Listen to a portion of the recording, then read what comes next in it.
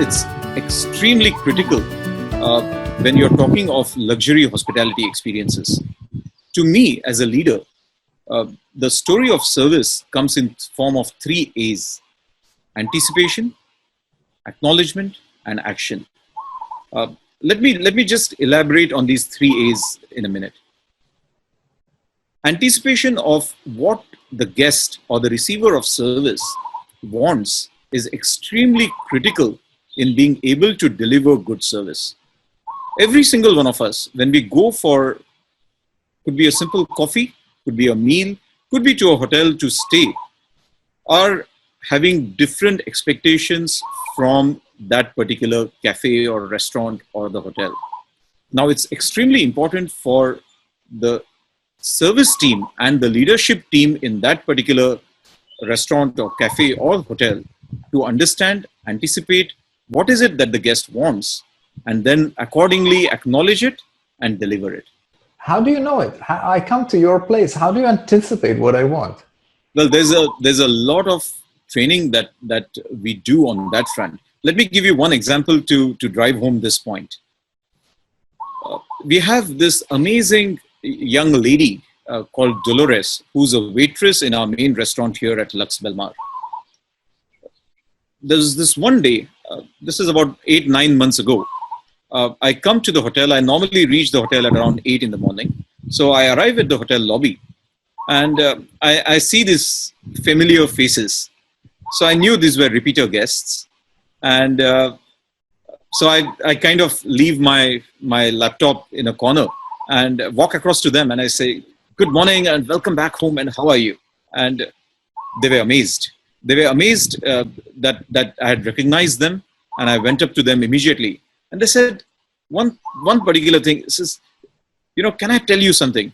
So I said, maybe now is the time, repeater guests want a room upgrade, want something. So I said, "Yeah, sure, please." And I was waiting. And they said, "We came in early today, so we went to your restaurant for breakfast, and we need to tell you this story." So I said, "Yeah, please tell me." They said, as we walk into the restaurant, we see this young lady, Dolores, who walks across to us. She does not remember our name, but the minute she sees us, she says, "Oh, welcome back. So happy to see you." Guides us to a table, looks at the lady and says, "I remember, madam, you like Earl Grey tea with cold milk, and sir, you have a flat white coffee. Is that right?" And the couple was amazed with this. The simple reason for that amazement is because unlike city hotels where people can go back every 3 months on business or for any particular reason, this couple here had come back to Lux Belle Mare after 3 years. And Dolores did not remember their name, but knew exactly their preferences of tea and coffee after 3 years of them having stayed with us. Oh, wow. So that anticipation of what the guest wants comes with a lot of training and a lot of understanding that the guest is the reason for your existence.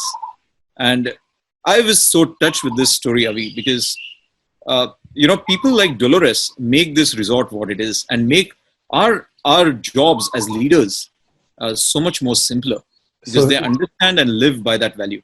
Other thing than fantastic memory and acknowledgement, is there any other trick to get this? Well, we do a lot of games and simulations, and we do a lot of activities with our team members time and again. To be very honest, there is no trick. It's not an easy formula. You need to keep doing this day in and day out. Encourage the team members. What we did in the earlier days before the GDPR and all these new rules came to the fore, we used to encourage our team members to write down the preferences of their guests that they served in a little diary at the end of the meal. And once you write down things, you remember longer. We know how it goes. So we encouraged our team members to really try and remember, approach the guest and suggest that again to the guests. And especially when it comes to your tea, coffee, or your generic meal preferences, they don't change over the days.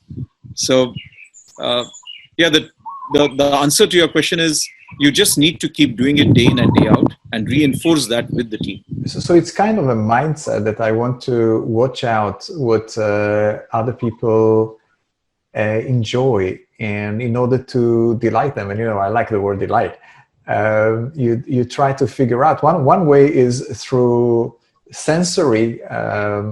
What other ways? One was anticipation. The second one is acknowledgement of that need of what the guest wants. So even before the guest expresses his desire, you not only do anticipate it, but you acknowledge the importance of it.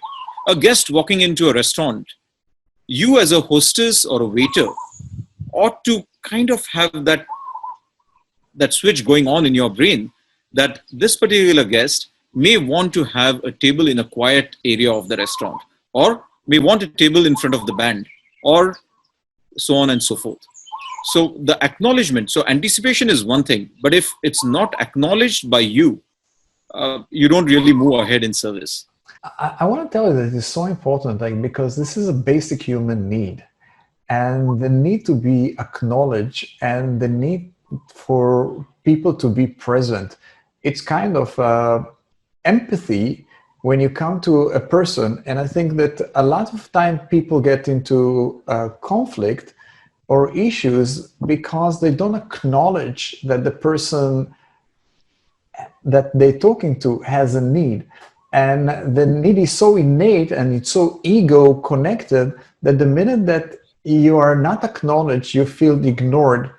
And feeling ignored is not a great feeling at all as a human being. So embedding it into the mindset of people, look, it's human to acknowledge. It's human to desire to be acknowledged. We all the time seek to be acknowledged.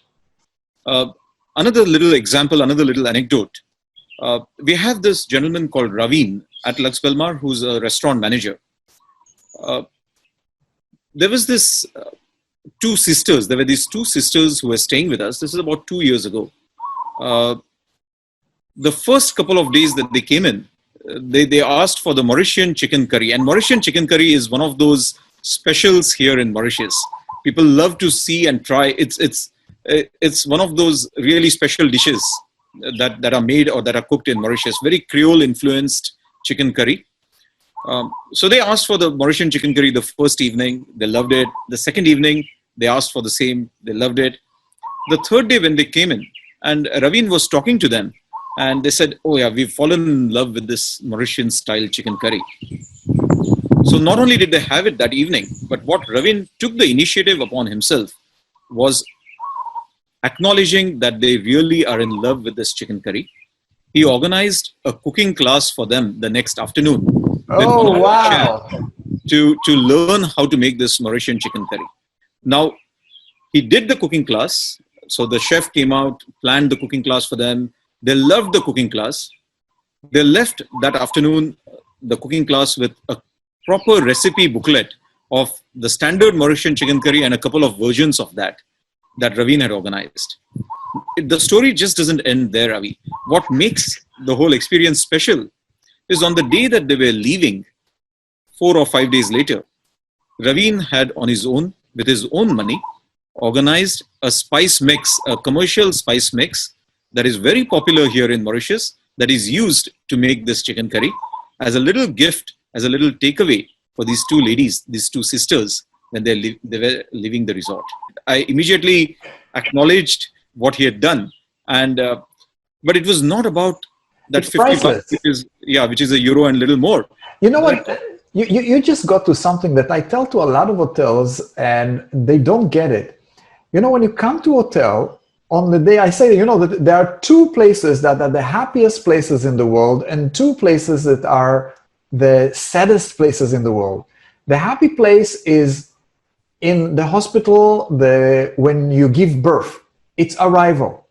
Or in the airport, when you can fly, not like in COVID, it's arrival. You received your loved ones. And the two sad places is also the airport and also the hospital, is where you depart your life and when you leave your loved ones. So the problem when you go to a hotel for a vacation, the arrival is fantastic. Everybody greets you, the welcome drink. But when you go out, it's like death. It's like you're going and nobody celebrates you're going out. So what your team member did, he made a celebration out of farewell in a very personalized ways, and that's absolutely amazing. So what's the third A? The third A is the eating the pudding part, is the action. So you've anticipated the guest need, you've acknowledged the importance of that need, not just acknowledge the need, but acknowledge the importance of that need to the receiver of service. And the third one is where it all happens, actioning that particular need.